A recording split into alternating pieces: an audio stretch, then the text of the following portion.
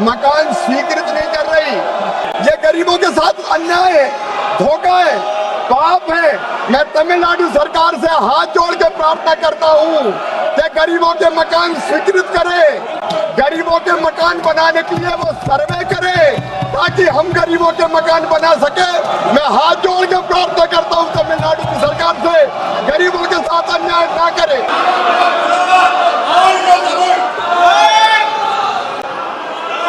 माननीय सदस्यगण, मुझे आपको सूचित करते हुए अत्यंत प्रसन्नता हो रही है कि हम सदन में संविधान की 8वीं अनुसूची में उल्लिखित सभी भाषाओं में इंटरप्रिटेशन की सुविधा उपलब्ध करा रहे हैं।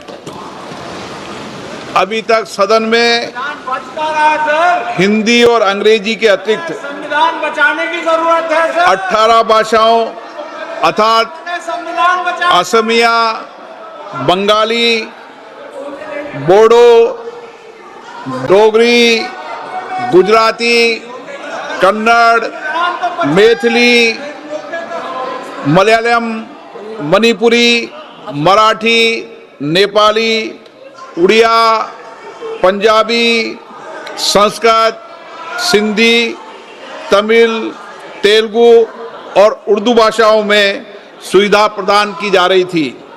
अब इसमें कश्मीरी, कोंकणी और संताली भाषाओं को भी शामिल कर लिए जाने से हम संविधान में उल्लिखित सभी भाषाओं में इंटरप्रिटेशन की सुविधा उपलब्ध करा रहे हैं। माननीय सदस्यगण, दुनिया में भारत की संसद है जिसमें 22 भाषा के अंदर हम साइमल्टेनियस उपलब्ध है। दुनिया में कहीं नहीं है इतनी भाषाओं के अंदर। ये भारत के संविधान और भारत पे हमको गर्व करना चाहिए, देश के लोकतंत्र पे गर्व करना चाहिए। इसलिए मेरा आग्रह आपसे कि आप सदन चलाने में सहयोग करें। दुनिया का सबसे बड़ा लोकतंत्र हमारा है। मुझे आशा है आप सदन चलाने में सहयोग करेंगे। Question number 361, doctor Sanjay Jaiswal, 361। माननीय मंत्री जी, उत्तर सभा पटल पे रख दिया गया। माननीय सदस्य, बहुत बहुत धन्यवाद। सबसे पहले तो माननीय अध्यक्ष महोदय, ये राजभाषा का मेरा प्रश्न है और आज ही के दिन आपने सभी 22 भाषाओं में अनुवाद इस लोकसभा में आज से ही परमिशन दिया। इसके लिए मैं आपका बहुत बहुत आभार व्यक्त करता हूँ। एक बिहारी होने के नाते आपका, माननीय प्रधानमंत्री जी का और माननीय गृह मंत्री जी का भी बहुत धन्यवाद करता हूँ, क्योंकि मैथिली भाषा में भी संविधान आज उपलब्ध है। आज मैथिली लिखने वाले, पढ़ने वाला कोई भी व्यक्ति भारत का संविधान मैथिली भाषा में भी पढ़ सकता है। उसके लिए भी मैं आपका और माननीय प्रधानमंत्री जी का बहुत बहुत धन्यवाद देता हूँ।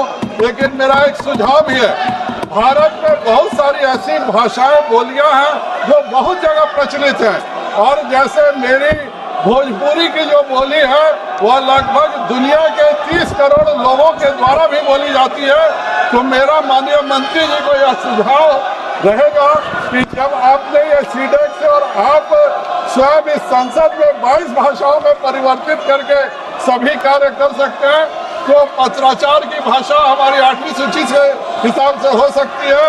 तो कृपया कर मेरा सुझाव रहेगा कि सरकारी कार्यों को भाषा परिवर्तन का भोजपुरी में भी किया जाए, जिससे भोजपुरी की जो 30 करोड़ की संख्या है वह उसका लाभ उठा सके। इसके बारे में कुछ माननीय मंत्री जी से मेरा प्रश्न है। अध्यक्ष महोदय, माननीय सदस्य डॉक्टर संजय जायसवाल जी ने भोजपुरी भाषा के महत्व को भी बताया है और इनके कुछ सुझाव भी आए हैं। तो मैं माननीय सदस्य महोदय से और सदन को यह जरूर बताना चाहूँगा कि 8वीं सूची में जो भी 22 भाषाएं हैं उसके संवर्धन के लिए, संरक्षण के लिए, प्रचार प्रसार के लिए माननीय मोदी जी की सरकार तो प्रतिबद्ध है ही, संकल्पित है ही। लेकिन अगर कोई लोक भाषा भी है, स्थानीय स्तर पर अगर वह सांस्कृतिक रूप में और बोलचाल की भाषा में पहचान बना ली है, तो उसके महत्व को भी हम महत्वपूर्ण मानते हैं। और जो सुझाव है इनका, इस विषय पर हम संजय जी से बैठकर एक बार जरूर चर्चा करेंगे।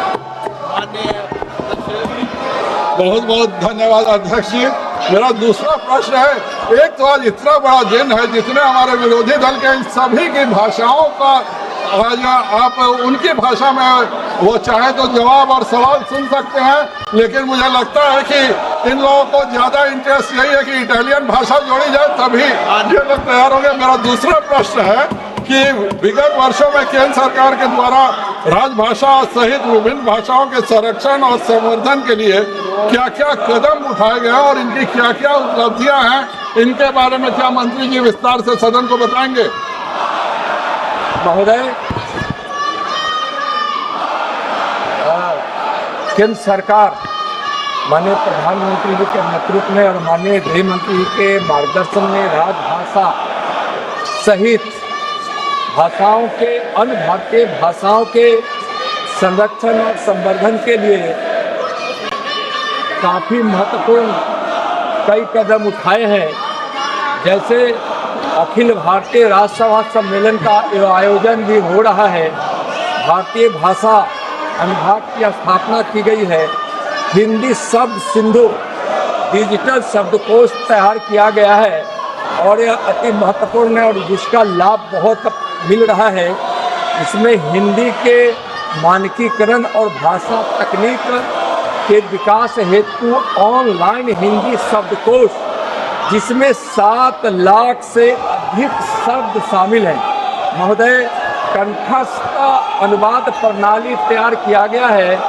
कंठस्थ एक स्मृति आधारित अनुवाद प्रणाली है जिसमें 5 करोड़ से अधिक वाक्य शामिल हैं या प्रतिदिन 15 से 20 हजार नोटिंग का अनुवाद करती है। महोदय, लीला हिंदी प्रवाह ऐप मोबाइल बनाया गया है जो 14 भारतीय भाषाओं के उपयोगकर्ताओं को हिंदी सिखाने का सहज और निःशुल्क माध्यम है। महोदय, ई सरल हिंदी वाक्य कोश बनाया गया है जिसमें अब तक 6 लाख शब्द एवं 14,000 से अधिक वाक्य शामिल किए जा चुके हैं। महोदय, राजभाषा हिंदी को राष्ट्रीय स्तर पर बढ़ावा देने के लिए प्रशिक्षण तकनीकी टूल विकसित किए गए हैं। केंद्रीय समितियों का गठन हुआ है। 537 नगर भाषाओं कार्यान्वयन समितियों का गठन किया गया है। अंतर्राष्ट्रीय पटल पर भी हिंदी को पहचान मिली है।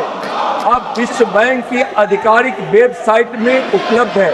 फिजी की सह राजभाषा एवं अबू धाबी में न्यायालयों की तीसरी आधिकारिक भाषा हिंदी बनी है। महोदय, राजभाषा के साथ साथ जितनी भी भारतीय भाषाएं हैं उसको महत्व दिया जा रहा है, इसलिए कि माननीय प्रधानमंत्री जी का कहना है कि हमारी जो मातृभाषा है, हमारी योग्यता, हमारी मेधा हमारी मातृभाषा में ज़्यादा परिलक्षित होती है और इसके लिए जितनी भी भाषाएं हैं उसको संरक्षित और संरक्षण देने का काम विभिन्न पहलुओं पर हम करते हैं। और इसका आप अभी जो भाषा अनुभाग बना है भारतीय भाषा के लिए, अब विभिन्न भाषाओं में कई राज्यों के जो वहाँ की आधिकारिक भाषा के प्रथम स्थान पर है, उस पर अब हम लोग पत्राचार भी करते हैं। Question number 362, question number 362, Shri G Selvam. माननीय मंत्री जी। Sir, a statement is laid on the table of the House. Shri Lav Shri Krishna. Thank you for giving me the opportunity to speak on this important question, sir. Sir, PM Awas Yojana, Gramin is a huge success. It has given three benefits. One, to provide houses for the poor. Second, to provide work for the rural population. Third, to revive and boost the rural economy, sir. And Minister has given a very elaborate answer in this question. So I want to ask the Minister very specifically, in Tamil Nadu, how many houses has been sanctioned?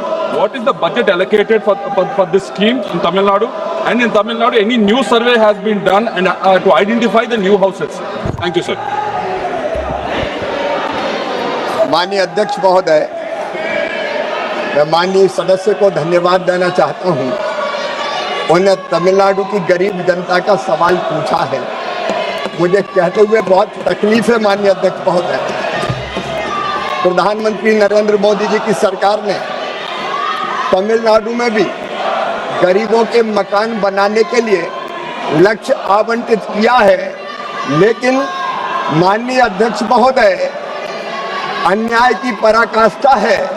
1 साल से ज्यादा हो गया, 2,15,000 मकान तमिलनाडु की सरकार ने PM आवास के स्वीकृत ही नहीं किए हैं। हम पैसा दे रहे हैं गरीबों के मकान बनाने के लिए, और तमिलनाडु की सरकार मकान स्वीकृत नहीं कर रही। ये अन्याय है, ये गरीबों के साथ धोखा है, ये पाप है माननीय अध्यक्ष महोदय। और इतना ही नहीं, 3,10,000 मकान पूरे ही नहीं हुए, वहां पैसा दिया जा चुका है, लेकिन सरकार मकान पूरे नहीं कर रही। 608 करोड़ रुपया तमिलनाडु सरकार के खाते में पड़ा हुआ है। भारत सरकार का, केंद्र सरकार का 608 करोड़ रुपया तमिलनाडु के खाते में पड़ा है। वो गरीबों का मकान नहीं बना रहे, मकानों को स्वीकृति नहीं दे रहे। और इसलिए माननीय अध्यक्ष महोदय, 2018 के आवास प्लस की सूची के 50,815 मकान का लक्ष्य हम तमिलनाडु को नहीं दे पा रहे। आखिर इनको तकलीफ क्या है? गरीबों के मकान बनेंगे तो इनको तकलीफ क्या है कि मोदी जी का नाम होगा, इसलिए मकान नहीं बनने दे रहे। और पराकाष्ठा तो यह है कि पूरे देश में वो गरीब जिनके पास कच्चे घर हैं, उनको नया मकान बनाने के लिए 2024 में सर्वे किया गया। तमिलनाडु की सरकार ने सर्वे नहीं किया, सर, सर्वे तक नहीं किया। ये गरीबों के साथ अन्याय है, धोखा है, पाप है। मैं तमिलनाडु सरकार से हाथ जोड़ के प्रार्थना करता हूँ कि गरीबों के मकान स्वीकृत करे, गरीबों के मकान बनाने के लिए वो सर्वे करे, ताकि हम गरीबों के मकान बना सके। मैं हाथ जोड़